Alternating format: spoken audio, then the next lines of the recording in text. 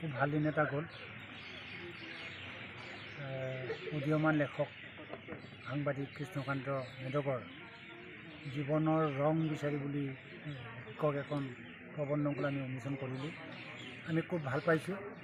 তেখেতৰ প্ৰথম গ্ৰন্থ হিচাপে নবীন লেখক হিচাপে যিখন কিতাপ ৰাইজলৈ আগবঢ়াইছে তাৰ বাবে তেখেতক আমি ধন্যবাদ জ্ঞাপন কৰিছোঁ।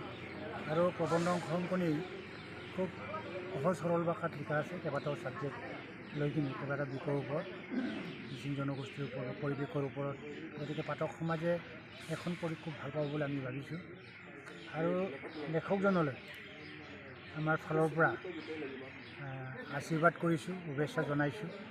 তেখেতৰ যিটো খোজত সাহিত্যৰ খোজত যেনেকৈ খোজ পেলাইছে এই খোজ যাতে দীঘলীয়া হয়, দীৰ্ঘজীৱী হয় আৰু এজন বলিষ্ঠ লেখক হিচাপে অনাগত দিনত নিজকে প্ৰতিষ্ঠা লাভ কৰিব পাৰে।